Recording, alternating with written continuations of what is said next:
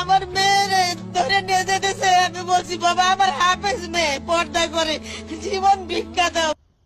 বাংলাদেশের আইনের মারে সুদি, সোজা বাংলা কথা, বাংলাদেশের আইনের মারে সুদি। বাংলাদেশের মধ্যে নিরাপত্তার মধ্যে আছে কে? চোর বাটপার, তারপরে দর্শনকারীরা, এরা আছে নিরাপত্তার মধ্যে।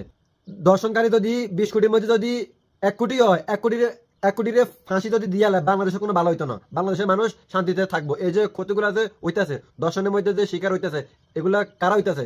নিরীহ মানুষেরা। যাগো পিছনে থেকে কেউ ব্যাকআপ দেওয়ার মতো কেউ নাই, কথা বলার কেউ নাই, তারা এখন নিরাপত্তাহীন। এদের বিরুদ্ধে কোনো প্রসেসিং হইব না, দর্শনের এসবের মধ্যে কোনো প্রসেসিং হইতে পারবো না। ইনস্ট্যান্ট দর্শন করছে, ডিরেক্ট ফাঁসি হইতে হইব। ঠিক আছে নি? ফাঁসি হলে তাইলে এরকম যদি হয়, যদি একজনকে করে দেয় জনসম্মুখের মাঝে, যদি একজনকেও যদি ফাঁসি দেওয়া হয় এরকম ভাবে, দ্বিতীয়বার কোনো একটা মানুষ, কোনো একটা জানোয়ার, কোনো একটা মেয়ের দর্শন করার আগে অন্তত 100 বার চিন্তা করবো।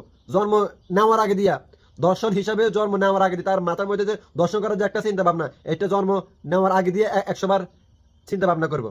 বুঝে আসেনি? এগো বিরুদ্ধে কোনো কোনো আইন করা যাইতো না, এগো ডিরেক্ট ফাঁসি জনসম্মুখের মধ্যে।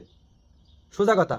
বাংলাদেশের মধ্যে যারা রাজনীতি দলগুলো আছে, তারা আছে ক্ষমতার লোভে, কোন সময় যায় খালি চেয়ারের মধ্যে বইব, হে চিন্তা যারা আছে। দেশের মধ্যে কে মরল, কে দর্শনের মধ্যে শিকার হলো, এগুলো লইয়া তাদের কোনো মাথা ব্যথা নাই।